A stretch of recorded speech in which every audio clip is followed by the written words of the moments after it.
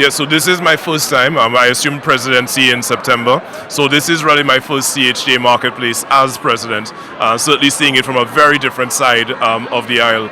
I think that for Antigua and Barbuda, hosting it for the very first time has been incredible.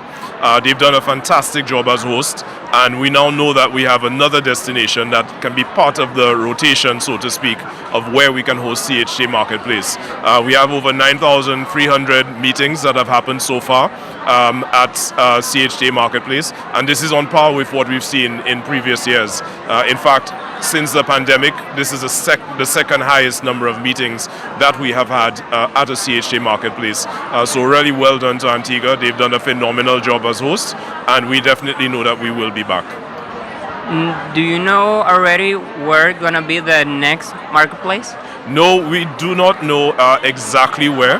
We are in discussions with a few destinations. Some might be very close to you. So there's a possibility that that might be one place that we're looking at. But right now we're still in discussions. We're hoping to finalize by by the end of June where we're going to be, and we're actually looking to do 2 years at a time, so 2026 and 2027. But we do know that this time certainly works for a lot of our buyers and for our suppliers in May. So we know the timing of marketplace. What we have to finalize is the location and the venue. And I want to know if you have data about the global investment in terms of hotel expansions, airports in the Caribbean. Yes, we do. CHTA has done a study on that to really showcase the expansion and the pipeline, the construction pipeline is very robust. I mean, you're seeing a great expansion pipeline in Dominican Republic in particular, but also in destinations like St. Lucia. We just attended Alice Carla, the Latin American and Caribbean Investment Summit for lodging. And that really showcased that the investment pipeline in the Caribbean is very strong. The demand is still very strong. Investors are seeing very strong returns and are bringing new products and new types of innovative, types of lodging to the Caribbean. So it's a very, very strong pipeline that you're seeing because the Caribbean is hot. And how is the CHTA collaborating with the other countries to diversify the arriving of tourism? Well, definitely. With what we're seeing geopolitically, it's very important that you look at alternative markets. The US is, and perhaps always will be, the strongest and largest market for Caribbean tourism due to proximity and historical linkages and so on. But we are looking to make sure that we diversify. You never want all your eggs in one basket. And of course, when we look at diversification, you first think of Canada, where we're seeing a shift in sentiment away from perhaps Canadians traveling to the US and a strong increase in demand from Canada for the Caribbean, including over the summer.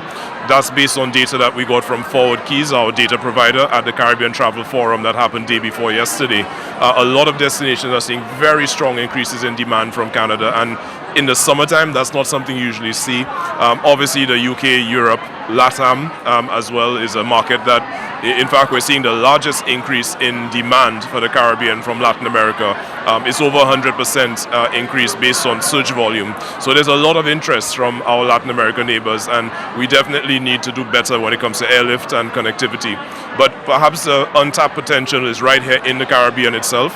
With 40 million people in the Caribbean region, we still have quite a few impediments to airlift and transportation within the Caribbean, and that to me is the lowest hanging fruit. We had some good practical sessions at the Caribbean Travel Forum on how we can stop talking about it and actually fix regional airlift from a taxation standpoint, from a route development standpoint, the type of planes we use, etc., to really have a more robust regional airlift situation. Because the demand is clearly there, but it's expensive and difficult to move around. And we need to stop making it difficult for ourselves. If you look at Europe, you look at Asia, how easy it is for people to get around. We need to have one Caribbean airspace. We've been beating that drum for a very long time at CHTA, and my predecessors have been. I've continued, and we're very happy to report that Barbados and St. Lucia have both agreed to cut their taxes on regional travel in half for the summer of 2022 25, and hopefully we get others to follow. We're getting some very good feedback from St. Martin. We had the Prime Minister of Antigua and Barbuda here with us, and we had some good conversations about that and some good interest in perhaps following and joining, I should say, St. Lucia and Barbados, because right now the cost of it is a big issue, and taxation forms a big part of that. Well, thank you very much for your time. De nada.